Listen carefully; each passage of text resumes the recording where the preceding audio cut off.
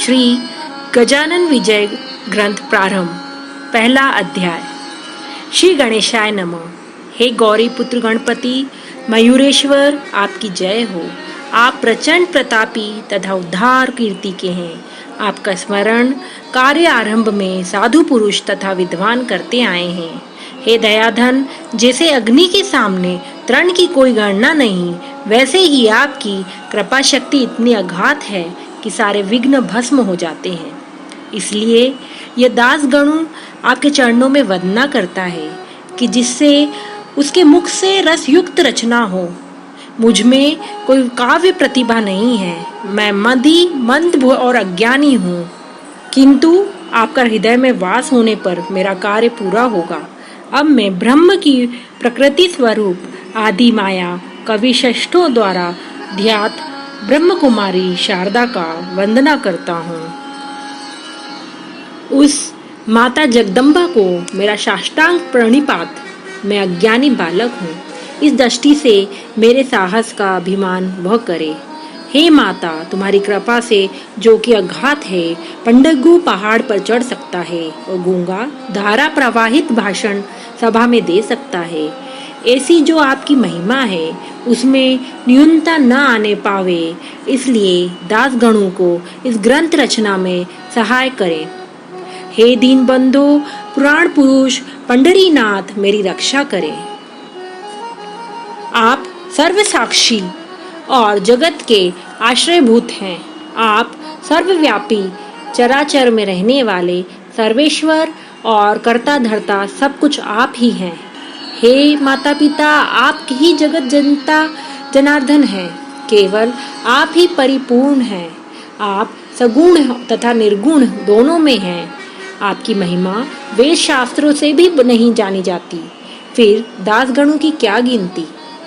किंतु राम की महिमा से मरकट अपार शक्तिशाली हो गए और कृष्ण कृपा से यमुना तीर के गोपाल अपरिमित बलशाली हो गए। फिर आपकी कृपा के लिए धन की आवश्यकता नहीं, अनन्य शरणागति से आपकी कृपा सहजता से प्राप्त होती है। इसी भरोसे पर मैं आपके द्वार आया हूँ और आप मुझे विमुख न करें। मैं यह संत चरित लिखने के लिए प्रवृत्त हुआ हूँ। सो हे पंढरीनाथ, आप इसे पूर्ण करने में सहायता भूत हों। हे भव भावांतकर भवानी पति नीलकंठ, स्वर्ग से गिरने वाली गंगा को धारण करने वाले गंगाधर, ओमकार स्वरूप त्र्यंबकेश्वर, आप अपना वरद हस्त मेरे सिर पर रखिए, जो सब कुछ देने वाला है। आपकी सहायता होने पर मुझे काल का भी भय नहीं, क्योंकि पारस पत्थर लोहे को ही सोना बना देता है। आपका हाथ ही पारस है और दास गणु लोहा है। अतः इस बालक की सहायता करें, दूर मत ढकेलिए। आपके लिए कुछ भी असंभव नहीं, सब कुछ आपके पास है। इस बालक के लिए दौड़ कर आइए और इस ग्रंथ रचना को सहायक करिए। कोल्हापुर निवासिनी महालक्ष्मी मेरी कुल देवता है, जिसके चरण कमलों में मैं अपना मस्तक रखता हूँ, वह मेरा मंगल करे। हे तुलजा भवानी, मंडाली अम्बे, अपर्णी दुर्गे, इस दासगणु के मस्तक पर अपना वरहस्त रखिए। हे दयाधन दत्तात्रेय, आपके चरण कमलों की मैं वंदना करता हूँ। आप प्रसन्न होकर मुझे गजानन चरित लेखन में सहायता करें। इसके पश्चात ऋषिश्रेष्ठ शांडिल्य, वशिष्ठ, गौतम पाराशर आदि की मैं वंदना करता हूँ। ज्ञान के आकाश में जिनका सूर्य के समान प्रकाश है, ऐसे भगवान शंकराचार्य को मेरा नमस्कार। उसी तरह सारे संत महंतों को दासगणों की वंदना। वे सब मेरे इस ग्रंथ रचना में सहायता करें। गहनीनाथ, निर्वत्तीनाथ, ज्ञाननाथ, देहु निवासी तुकाराम, जो इस भवसागर तरने के लिए नौका रूप हैं, ऐसे संत रामदास को मेरा प्रणाम। हे शिरडी के निवासी साई समर्थ तथा पुण्यवान वामन शास्त्री को मेरा प्रणाम। ये सब दासगणों को सहायक हों। आप लोगों की कृपा से सब सहायता से यह कार्य मैं कर सकूंगा। दासगणु अज्ञानी बालक है, उसकी इस उद्दंडता के बारे में आप लोग कठोर ना बने। आप लोगों को मेरा संबंध माता और पुत्र के समान है। आदर्श माता ही बालक को बोलना सिखाती है। लेखनी लेखन का निर्मित मात होती है, उसका स्वयं का कोई बल नहीं होता। हे संतगण, यह दासगणों लेखनी के समान है। आप लोग उनके द्वारा रसमय चरित्र का लेखन करें। अब श्रोतागण, आप लोग सावधान होकर अपने कल्याण की कामना से संत चरित्र का श्रवण कीजिए। इस भूमि पर संत मूर्तिमान चलते बोलते हुए ईश्वर ही हैं। वे वैराग के सागर तथा मोक्ष पद दाता होते हैं। सत्य नीति के मूर्तिमान प्रतीका तथा कल्याण मंगल के हाट होते हैं। ऐसे सच्चरित्र का आप लोग एकाग्र मन से श्रवण करें। संत किसी को धोखा नहीं देते। संत भगवान मार्ग के पथ प्रदर्शक तथा ज्ञान के भंडार होते हैं। जिन्होंने संतों का आश्रय लिया उनके ऋणी साक्षात भगवान श्री कृष्ण होते हैं। इसलिए मनोविक्षेप आदि रहित संत चरित्र का श्रवण कीजिए। अब आप लोग संत श्री गजानन महाराज के चरित्र का श्रवण कीजिए। इस भारतवर्ष में अनेक संत हो गए और दीपांतरों को ऐसा सौभाग्य नहीं प्राप्त हुआ। यह जम्बूद्वीप पहले से ही पुण्यवान धन्य है। यहाँ पर किसी प्रकार की सुखों की न्यूनता कभी नहीं थी। यही कारण है कि इस भूमि पर अनंत काल से संत चरणों का स्पर्श होता आ रहा है।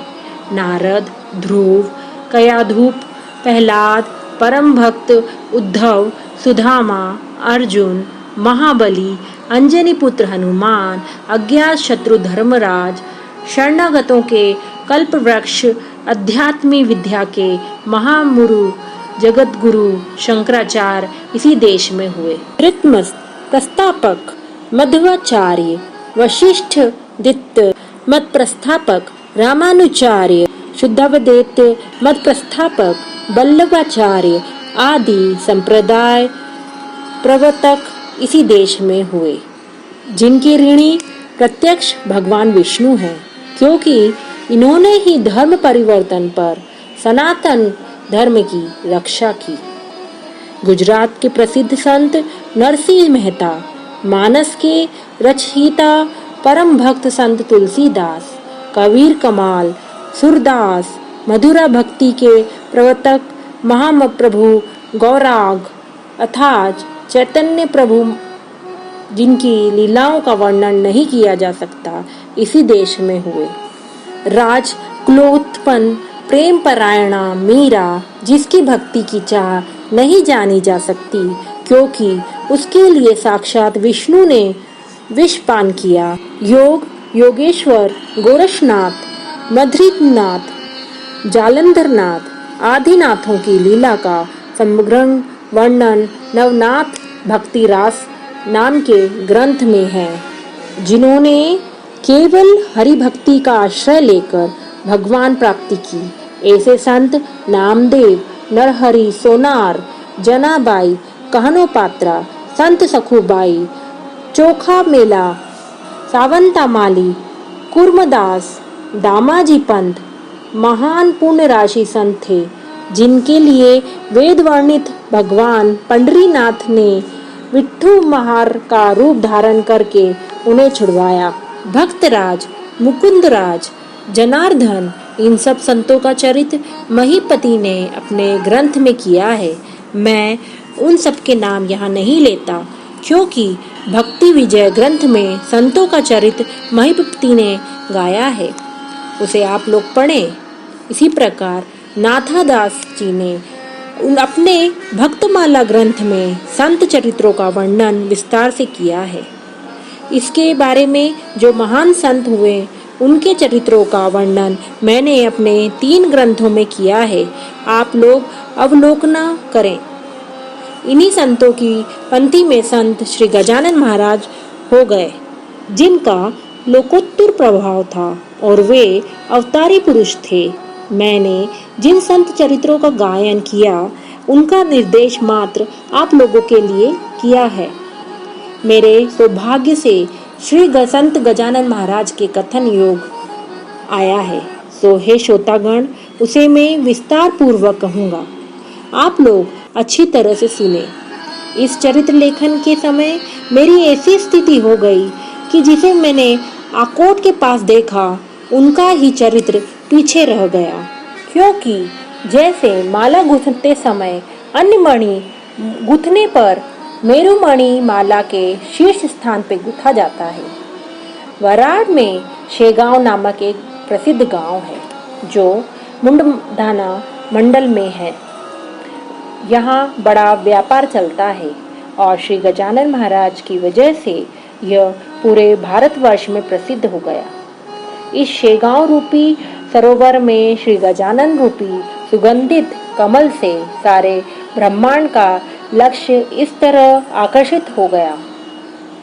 इस शेगांव रूपी खान का गजानन रूपी हीरा, जिसका अप्रीतम प्रकाश प्रभाव है, वह मैं आपकी अल्पमति के अनुसार वर्णन करूंगा। गजानन चरित्र रूपी महामेघ की वर्षा से आप सब मयूरगण हर्ष से नाचेंगे, इसमें कोई शंका नहीं। शेगांव के निवासी अत्यंत भाग्यवान हैं, जिन्हें श्री गजानन रूपी श्री संत रत्न का लाभ हुआ। राम से अधिक राम का दास, ऐसा संत तुलसीदास ने कहा है।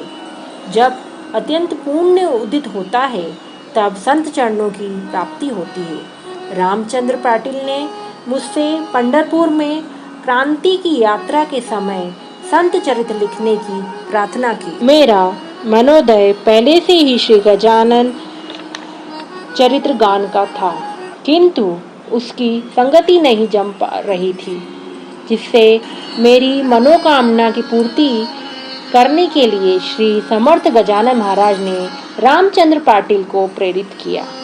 श्री गजानन महाराज संत चूड़ामणि थे। संतों का मनोदय कोई नहीं जान सकता। इस महापुरुष का इतिहास की दृष्टि से गांव नाव जाति का कुछ पता नहीं है। जिस प्रकार ब्रह्मा जी का स्थान इत्यादि कोई बता नहीं सकता, ब्रह्मा जी को देखकर ही उनके अस्तित्व का ज्ञान किया जा सकता है, जिस प्रकार तेजस्वी हीरे को देखकर ही उसके तेजस्विता का ज्ञान होता है और दृष्टा उस तेज से प्रभावित होकर तल्लीन हो जाता है और वह किस खान से पैदा हुआ है, ये जानने की जरूरत नहीं रह जाती। उसी प्रकार संतों का प्रभाव ही उनका परिचय है। अनुपाधियां गौण होती है। माघ वध सप्तमी शके 1800 के समय श्री गजानन महाराज ग्राम में अपनी तरुणावस्था में आए। कोई कहते हैं वे श्री समर्थ रामदास जी के सज्जनगढ़ से यहाँ आए। यद्यपि कोई सबल प्रमाण नहीं, फिर भी लोकोक्ति का कुछ तो अर्थ होता है। सब लोग भ्रष्ट हो गए, अनेक यातनाओं से पीड़ित और त्रस्त थे। ऐसे समय में श्री समर्थ जी ने ऐसा कौतुक किया। वे जगत का उद्धार करने के लिए श्री गजानन रूप में पुनः अवतरण हुए। योगी पुरुष किसी भी शरीर में प्रवेश कर सकता है, क्योंकि ऐसा उदाहरण जगत गुरु श्री शंकराचार्य जी ने किया था। महायोगी गोरखनाथ कूड़ा करकट से प्रकट हुए थे। कालिफनाथ हाथी के कान से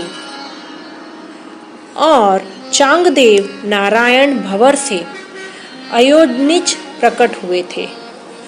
इसी प्रकार की लीला श्री गजानन महाराज के विषय में हुई होगी, क्योंकि उन्हें योग के सब अड़ंगों का ज्ञान था।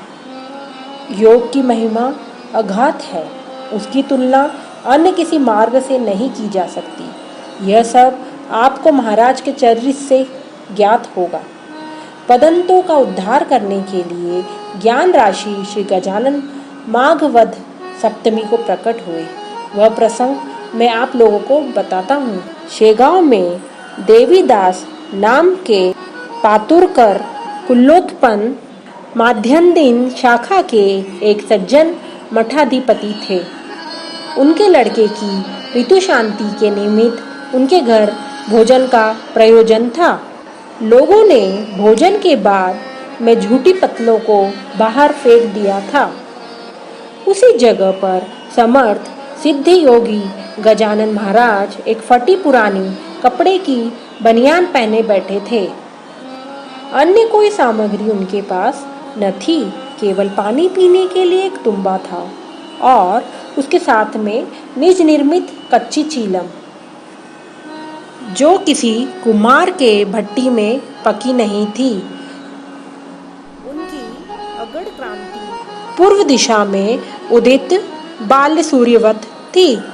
नासाग्र दृष्टि, युद्ध शांत मुद्रा और तब पुंज क्रांति से वे युक्त थे, जिसका मेरे से वर्णन नहीं किया जा सकता। महाराज दिगंबर अवस्था में थे, जिसे आप पर का भेद नहीं होता। सर्वत्र सब प्राणी मात्र में सम दृष्टि रखने वाला ही दिगंबर अवस्था में रहता है।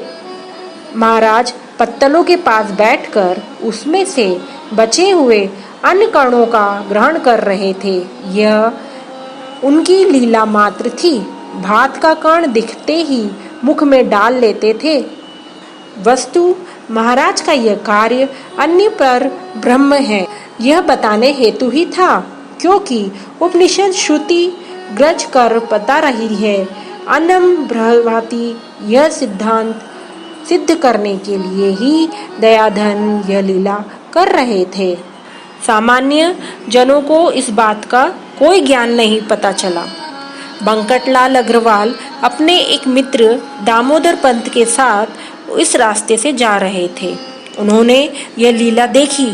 दोनों महाराज की इस क्रिया को देखकर आश्चर्यचकित हो गए और आपस में बातचीत करने लगे। इस मूर्तिका का यह कार्य पागलों की तरह दिखता है, क्योंकि अगर सुधाकांत होते तो देवीदास के पास अग्नि की याचना करने जाते, और वह भी सज्जन है, आए हुए अतिथि को विमुख नहीं कर सकता। इस कृति के बारे में कोई तर्क नहीं चलता। बंकटलाल ने अपने मित्र से कहा, हम लोग यहीं खड़े होकर कार्य का निरीक्षण करेंगे। श्रीमद् भागवत में व्यास जी का वचन है कि सच्चे साधु जगत में उन्मत्तवत रहते हैं। कृति से यह मूर्ति पागलों की दिखाई देती है, किंतु यह प्रत्यक्ष ज्ञान योगी है। जैसे हीरे को पहचानने के लिए रत्न परखने वाले व्यक्ति ही होना चाहिए। रास्ते में हजारों लोग गए, किंतु किसी का ध्यान महाराज की ओर आकर्षित नहीं हुआ। ये दोनों का ही लक्ष्य महाराज की ओर जाने का कारण सज्जन लोग ही जान सकते हैं। हीरे तथा गार पत्थर मिलाकर रख दिए जाएं तो रत्न परखने वाला हीरे को चुनकर गार पत्थर छोड़ देगा। इस प्रसंग में महाराज को विनय पूर्वक पूछने के लिए बंकटलाल अग्रवाल सामने आए। उन्होंने प्रार्थना की, महाराज, अन्न के लिए आप पत्तलों को क्यों ढूंढ रहे हैं? अगर अन्न की इच्छा हो तो हम उसका प्रबंध कर देते हैं। ऐसा बंकटलाल के पूछने पर महाराज ने उनके प्रश्न का कोई उत्तर नहीं दिया, केवल ऊपर की ओर देखकर उन दोनों की ओर देखा। महाराज विशाल वृषस्थल युक्त तथा तेजपुंज क्रांति युक्त सुदृढ़ स्नायु वाले भुजदंड निजानंद में लवलीन योगी थे। उनको मौन धारण करके बंकटलाल ने चित्त में संतोष धारण कर प्रणाम किया और देवीदास से कहा, महाराज, एक पत्तल आप शीघ्र बाहर परोसिए। देवीदास ने उनके कथन अनुसार एक पत्तल भर के महाराज के सामने रखी। यह परोसे हुए पत्तल पर बैठकर महाराज उसे खाने लगे, जिसको किसी स्वाद की आशंका नहीं। उसे मिष्ठान से क्या रुचि? जो ब्रह्म रस पी करके तृप्त है, क्या वे राब को सेवन करेगा? जो सार्वभौम राज्य का अधिपति है, क्या वह जागीर की कामना करेगा? महाराज ने सब पकवान एक में मिलाकर जठराग्नि शांत की। यह घटना सामान्य दूसरे पहर के समय की है। बंकट लाल ने अपने मित्र से कहा कि हम लोग इन्हें उन्मत्त समझ रहे हैं, वह हमारी भूल है। सुभद्रा को पाने के लिए अर्जुन वेषांतर करके उन्मत्तवत वर्तन कर रहे थे। ये ज्ञान सागर मोक्ष रूपी सुभद्रा को प्राप्त करने के लिए इस प्रकार का आचरण कर रहे हैं। हमारा यह शेगांव धन्य है जिसे भगवान विष्णु ने ऐसे निरीच्छ योगीराज दिया। सूर्य मध्याह्न में आग से सब भूभाग तप्त हो गया और पक्षीगण आश्रम के लिए अपने अपने नीड़ में जा छिपे।